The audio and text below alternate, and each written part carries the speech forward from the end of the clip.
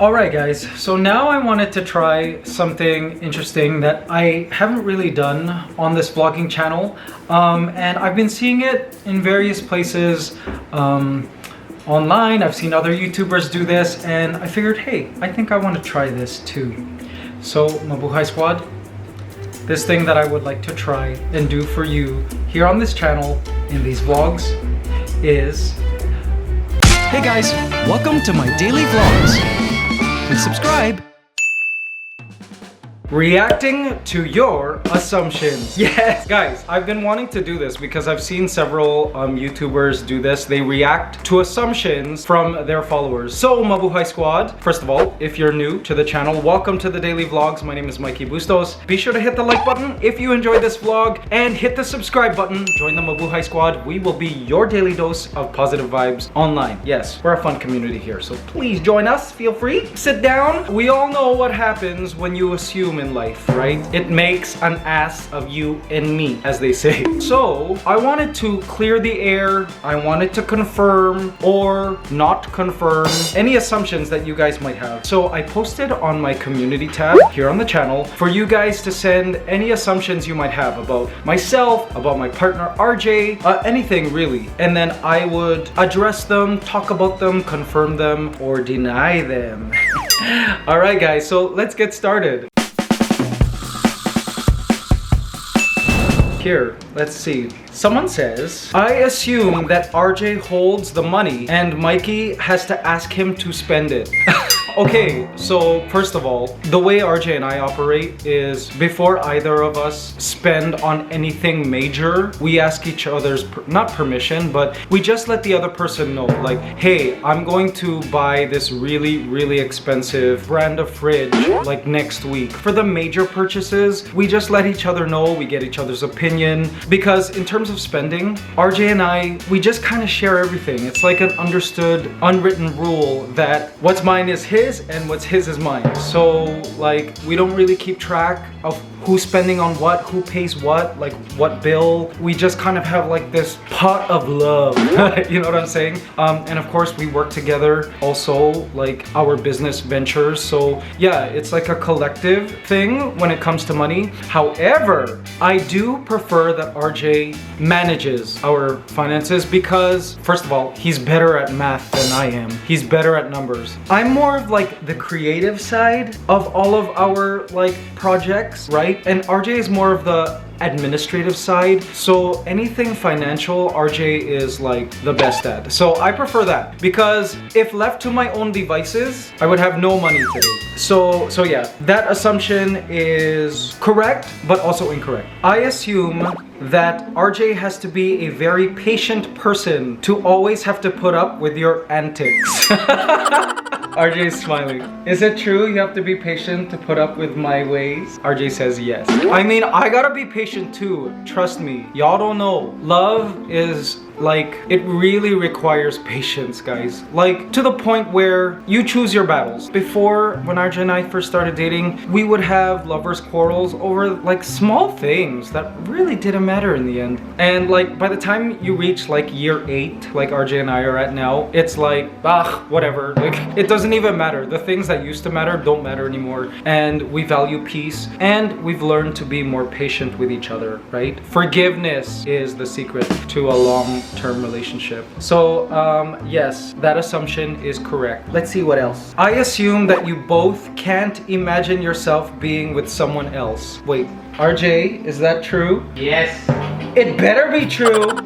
We have a house together coming up. Yeah, like at this point in life, myself, I'm entering now like my 40s, right? In June. And in a couple days, RJ will be reaching his late 30s. So like, I think at this point in our lives, like it would have to be an apocalyptic event in our relationship for me to like wander off and like be with someone else. But I don't see that happening. I'm invested. RJ's invested. We're invested in each other for the long haul. So yes, that assumption is correct. Okay, here's a good one. I assume that you're a very fun person, never a dull moment with you. Okay, so a lot of people I find, I don't know if this has happened for all of you guys who've met me and like hung out with me for several hours. I'm not always high energy.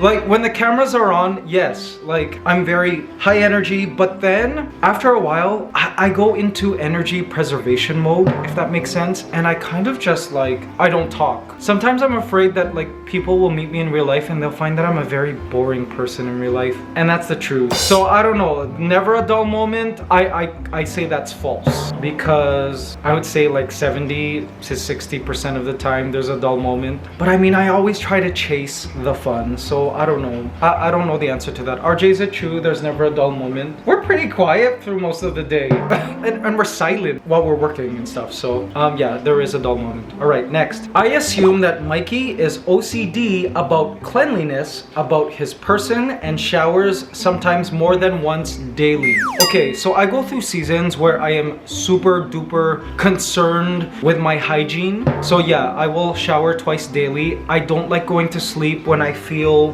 dried up sweat. I can't sleep. Like I'm like ill. I have to shower. Even if I had showered that day already, I need to brush my teeth. However, there is a disclaimer. When I am like in full out work mode, like let's say an ANTSCANADA video that requires a lot of effort and I'm like mad scientist mode, I will go a day without showering. That happens. I'm so sorry. And without brushing my teeth. It's almost like work becomes priority and hygiene takes a back seat. And so does like going to the bathroom and eating. Like when I'm in work mode and I'm inspired, for whatever reason, I don't get hungry. I don't have to go to the bathroom and I forget my hygiene. That's like a yes and a no, I suppose. Okay, a lot of people here are bringing up ANTSCANADA. They assumed ANTSCANADA was, well, a Caucasian person living in Canada. That's half true, or maybe like 75% true, because inside I grew up like a Caucasian and I did grow up in Canada. I am Canadian, so yeah. But I mean, DNA wise, blood wise, both my parents are Filipino, born in the Philippines, so I'm full Filipino as well. Filipino Canadian, as they call it. Okay, this is a good one. This one's about RJ. RJ, man, are you listening? I assume that RJ has a soft voice, but a very strong will. Okay, so RJ, yes, he's in the vlogs. He's very held back, reserved. But if RJ needs to be, he can be scary, honestly. He is a very strong-willed. Like, there are times where I'm like, oh, like when I'm seeing this whole thing about Ellen unfolding, I'm like, wow, that's RJ. RJ's the Ellen of my life. Just kidding. Yeah, he has a soft boy voice, but it can be pretty strong-willed and scary if he needs to be. I assume you and RJ are planning to get married somewhere in Canada. RJ and I have talked about it, and yes, Canada would make sense for marriage. At first we were like, but no, that would be hard because RJ had read somewhere that RJ needs to live in Canada for at least 2 years. But then someone else told us saying, no, actually, you guys are considered common law because you've been living together for many years now, and all you have to do is show proof of that. So I don't know, maybe that would be cool. We don't know. We haven't really talked too much about wedding plans. We'll joke about wedding plans, but like we haven't made hard plans yet about it. Okay, someone says, I would think that you were a young entrepreneur in your 20s and that you're the kind of person with a lot of hobbies, more on the nature side. Okay, so to address the entrepreneur side, in my 20s I was not. It wasn't until like I became friends with a CEO, like entrepreneur type person, that he changed the way I saw the world of earning money, making money out of an idea, breaking certain habits that could allow me to evolve to the entrepreneur mindset, which is a very big shift, and it was a painful one for me. So that for me, that happened in my late 20s, like 29, 30. That was when I started to become more entrepreneurish. I had started the ANTSCANADA ant store at antscanada.com, making ant farms and selling ant farms, and that's when YouTube started for me as well. So I started to slowly earn through YouTube. Well, first it was more on YouTube endorsements, like brands getting me to endorse their products through YouTube. Because back when I started YouTube, not all my videos were monetizable. YouTube had to choose certain creators and certain videos of those creators to monetize. You couldn't just monetize. Like back in the day, their system was very different. So I wasn't really earning money through YouTube views at the time, more on endorsements. But yeah, like in my my late 20s to 30s, that's when I started to become more of an entrepreneur. But yes, a lot of hobbies. I loved mostly keeping pets. I had all kinds of pets. And in my 20s, I had every exotic pet under the sun. You know what I mean? Lots of insects. I kept tons of bugs. I loved singing. What other hobbies? Took karate growing up. I love drawing, that kind of thing. Love to do a lot of things. I love dancing, of all things, guys. Can you imagine dancing? All right, next assumption. I assumed in the past that you and RJ are the best of friends when you didn't come out of the closet. Then boy, was I wrong. But it's okay, it worked out in the end. Oh, okay, so this Mabuhay squad, Alden, assumed that we were just friends, and then turns out we were lovers. But you know what? Both are true. RJ is my best friend, and I think that's why it's worked for so many years. He's truly my best friend. So yeah, you were correct in that assumption. Next, I assume that Mikey never cooks food and doesn't know how to. That is incorrect. I know how to make instant noodles, I know how to make eggs, and I know how to make my masterpiece, chili con carne. But I haven't done it in like years. So yeah, you're correct. I'm not a cook, which is strange because both my parents are amazing cooks. I'm sure I could learn it, but I just love the eating. You know what I mean? RJ loves the cooking part. I love the eating part, so it works. So yeah, that assumption is correct. Oh, I assume that you never had a huge argument. RJ, is that true? RJ's like, that is not true, guys. Like, I don't know if this goes all across the board for all relationships, but I feel like every relationship has to have their major arguments. And those are the crossroads, guys, where it's like, you have to decide, do we want to continue or shall we just break off? RJ and I have had a few of those. I think it was all part of the growing process of learning how to live with each other, how to love each other, how to improve ourselves so that we could continue on with what was important for both of us, which was, you know, our love for each other. So yeah, we've had major arguments, like pseudo breakups. You know how it is. All of you long-term relationship folks know exactly what I'm talking about. But we haven't had a major argument, one of those like hardcore arguments, like since before we came out of the closet. Actually, coming out of the closet for whatever reason solved like 95% of our problems, which is great.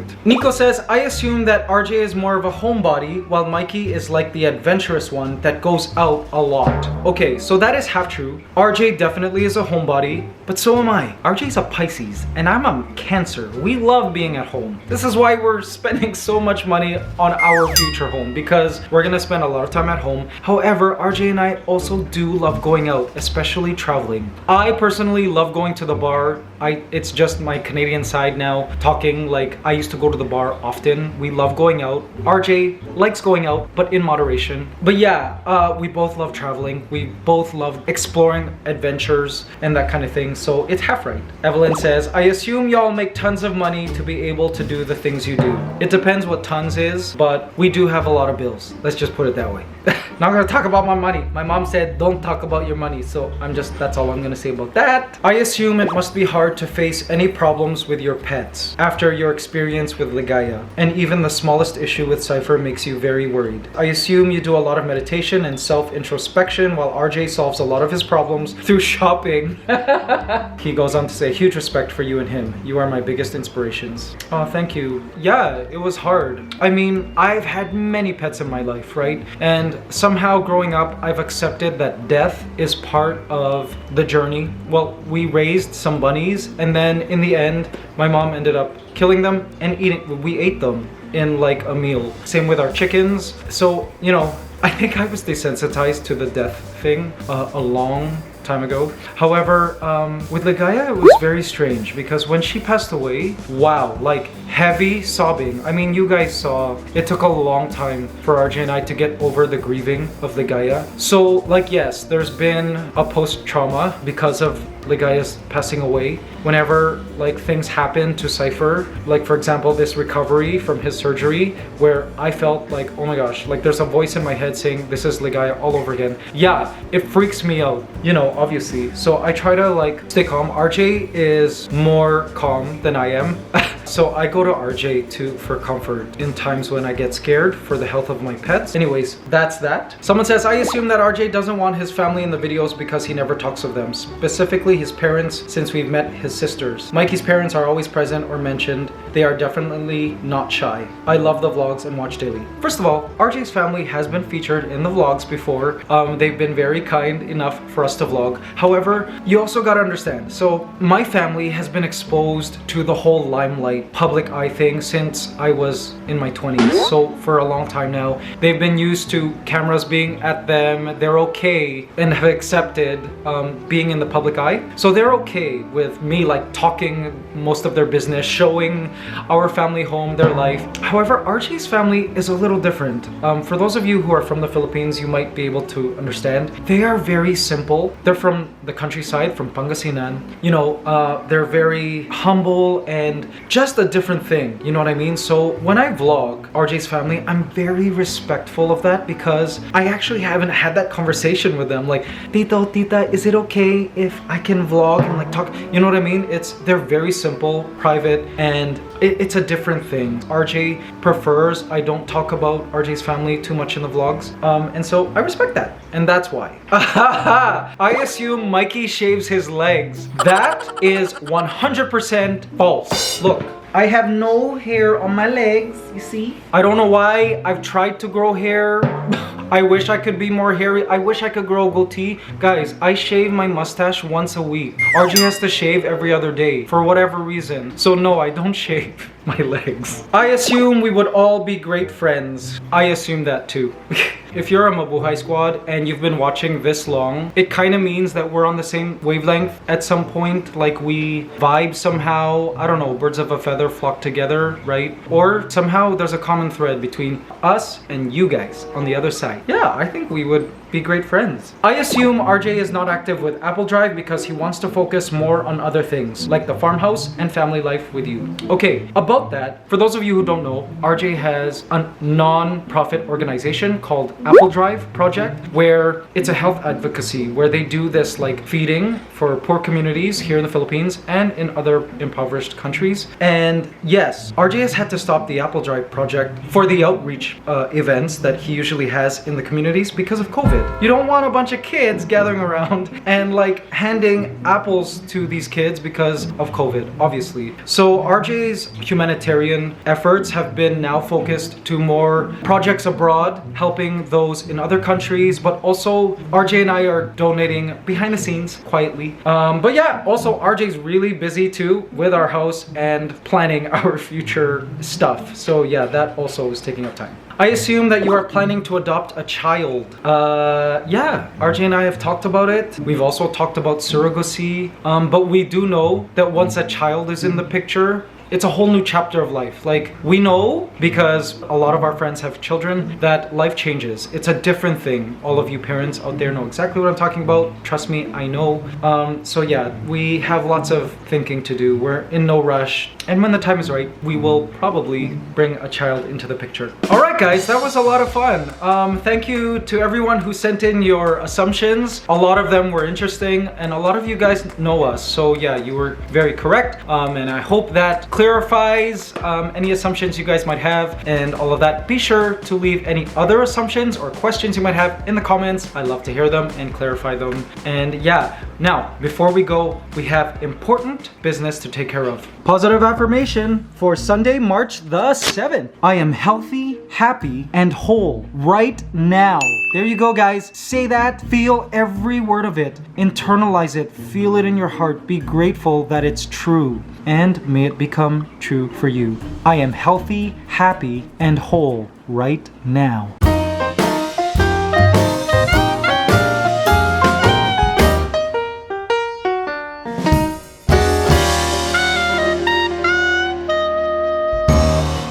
Alright guys, so what's coming up next is a very, very, very important event for our little boy here. Something major is happening.